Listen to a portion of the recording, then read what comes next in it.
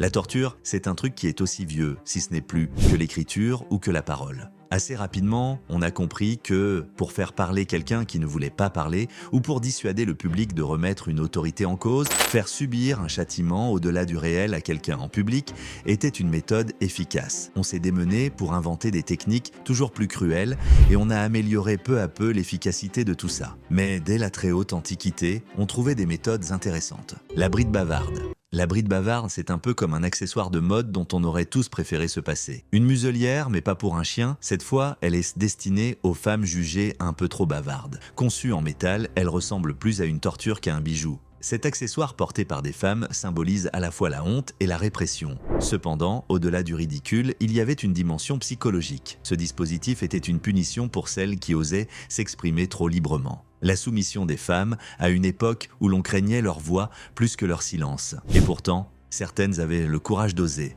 La bride bavarde ne faisait pas seulement museler, elle était aussi un symbole des attentes sociales, du contrôle exercé sur les femmes. Le grill. Imaginez un grill, mais au lieu d'un bon morceau de viande, c'est un homme qui est allongé dessus. Cette torture remonte à l'Antiquité, où le principe était sinistrement simple. Attacher un homme à une grille de métal, allumer des charbons en dessous et laisser la chaleur cuisante faire son œuvre lentement. C'est ce qu'a subi Laurent de Rome en 258. Pas besoin d'imaginer l'horreur de voir sa chair se consumer petit à petit tout en restant conscient. Mais l'ironie de cette histoire réside dans ce qui s'est passé après. Malgré cette fin atroce, Laurent a été canonisé et, tenez-vous bien, est devenu le saint patron des cuisiniers et des rôtisseurs. Le destin a parfois un humour bien noir. Cette méthode n'était pas simplement réservée à quelques malheureux. Le grill était un symbole de contrôle, utilisé pour rappeler à tous que le pouvoir détenait la capacité d'infliger une douleur inimaginable. On disait que Laurent, dans un ultime acte de défi, aurait même lancé en pleine agonie qu'il était cuit d'un côté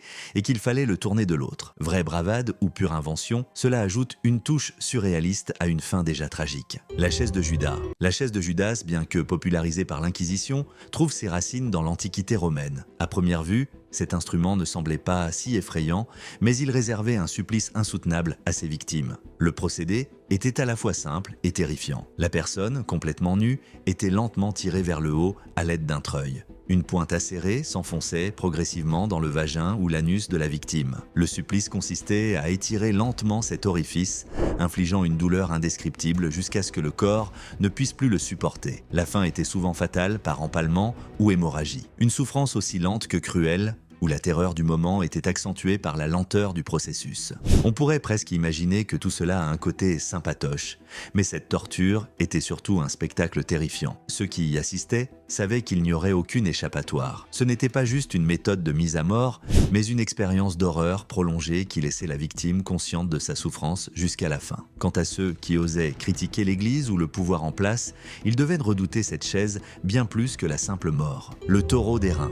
En Grèce antique, les idées cruelles ne manquaient pas. Quand le tyran Phalaris a demandé à Périos d'Athènes d'imaginer un supplice innovant, ce dernier n'a pas manqué d'inspiration. Il a inventé le fameux taureau d'airain, une véritable œuvre d'art de l'horreur. Ce taureau en bronze, creux à l'intérieur, permettait d'enfermer les condamnés avant d'allumer un feu sous la bête. La victime cuissait littéralement à l'étouffer dans ce four infernal. Et le plus macabre dans cette invention, c'est les hurlements de douleur qui étaient censés se transformer en mugissements de taureaux à travers un ingénieux système d'acoustique.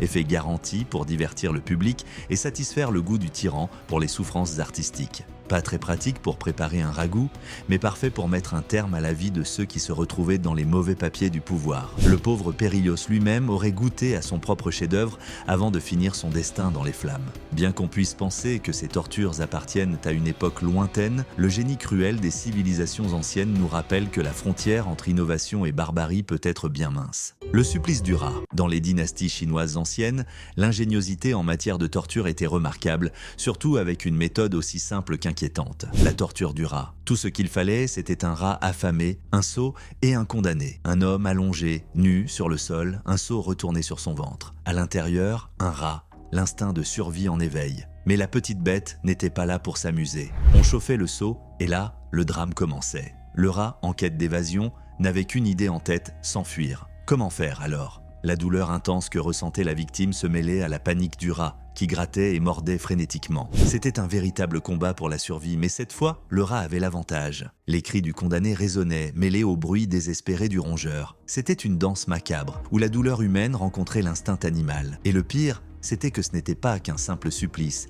c'était aussi un véritable spectacle. Une façon de démontrer la cruauté des dirigeants et de rappeler à chacun qu'il valait mieux ne pas se retrouver du mauvais côté de la loi. Oui, l'histoire est pleine de surprises, mais certaines d'entre elles, comme celle-ci, nous laissent perplexes. Qui aurait cru qu'un rat pourrait être l'instrument d'une telle horreur? La condamnation au gel. La méthode de torture était incroyablement simple, mais elle atteignait son efficacité maximale en hiver. On plaçait une personne nue à l'extérieur et, régulièrement, on versait de l'eau froide sur son visage. Petit à petit, la victime se gelait jusqu'à en mourir. Mais ce n'était pas tout. Une fois le malheureux décédé, son corps était exposé aux yeux de tous pour servir d'avertissement. Un spectacle glaçant, destiné à dissuader quiconque de désobéir. Cette méthode cruelle, ancienne comme le monde, a été utilisée par plusieurs peuples, y compris les Celtes. Un vrai moyen de faire passer le message. Le crucifiement. La crucifixion, bien plus qu'un simple événement historique, incarne l'une des méthodes les plus terrifiantes de l'Antiquité. Loin d'être une invention de l'époque romaine, cette pratique remonte au 7e siècle avant Jésus-Christ dans l'Empire perse. Imaginez-vous attaché à une croix en forme de T, contemplant le ciel, tout en attendant que la vie s'échappe lentement de votre corps. Le temps est un vrai tortionnaire. La mort ne vient pas rapidement. Elle peut prendre plus d'une semaine pendant laquelle vous êtes à la merci des éléments et des insectes, devenant un véritable buffet à volonté pour les charognards. Mais ce n'est pas tout. La cruauté de la crucifixion ne se limite pas aux âges passés. Aujourd'hui, elle trouve encore écho dans des groupes extrémistes comme Daesh, qui perpétuent ces actes de barbarie dans un monde déjà si chaotique. Ironiquement, on pourrait presque dire que la crucifixion a eu une carrière impressionnante. Alors, que vous soyez passionné d'histoire ou simplement curieux de savoir jusqu'où peut aller la cruauté humaine, la crucifixion reste un chapitre sombre et fascinant. C'est une histoire qui fait frémir et pousse à réfléchir sur la nature humaine. Le scaphisme. La torture à la boîte, une idée des Perses qui prouve que l'originalité ne manque pas quand il s'agit d'inventer des souffrances. Vous êtes coincé dans une boîte hermétique avec seulement votre tête, vos mains et vos pieds qui dépassent. La nourriture composée du lait et du miel servie avec une bonne dose de cruauté. Vous pourriez penser que c'est un goûter royal, mais attendez, la suite est bien moins festive. Une fois le festin ingéré, vous êtes laissé là, à la merci des mouches. Et croyez-moi, elles ne vont pas tarder à faire la fête sur votre visage. En plus de ce festival d'insectes, vous vous retrouvez dans une situation des plus délicates. Quoi de plus agréable que de devoir se soulager dans une boîte déjà bien peu hospitalière? À mesure que les jours passent, les vers commencent à s'inviter à la fête, grignotant lentement votre chair comme si c'était un buffet à volonté. Après quelques dizaines de jours, l'horreur est à son comble. La boîte s'ouvre enfin pour révéler un spectacle macabre.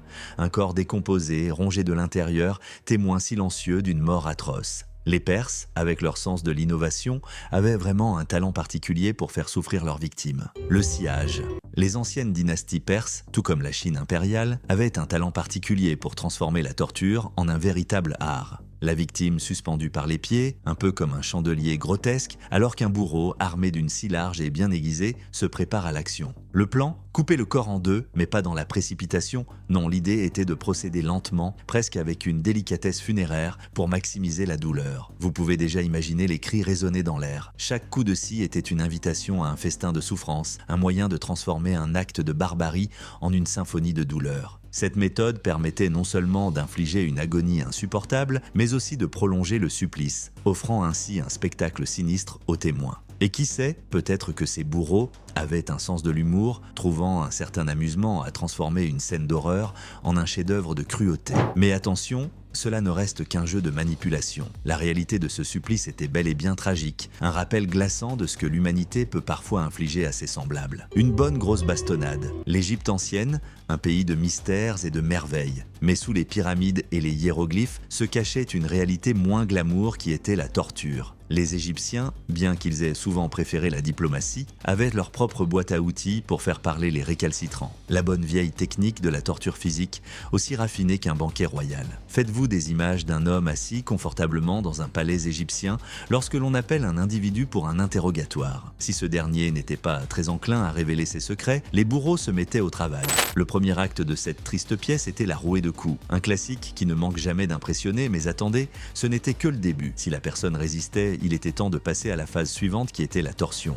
Leurs poignets et chevilles subissaient un traitement que même un gymnaste n'oserait pas imaginer. Une pression croissante jusqu'à ce que le craquement sinistre des os résonne dans la salle. Un vrai dilemme, perdre son honneur ou risquer de se retrouver avec une cheville fracturée. Que choisirez-vous vous? Donnez-nous vos avis en commentaire. N'oubliez pas de vous abonner et liker la vidéo. On se donne rendez-vous pour une nouvelle vidéo sur Cultination.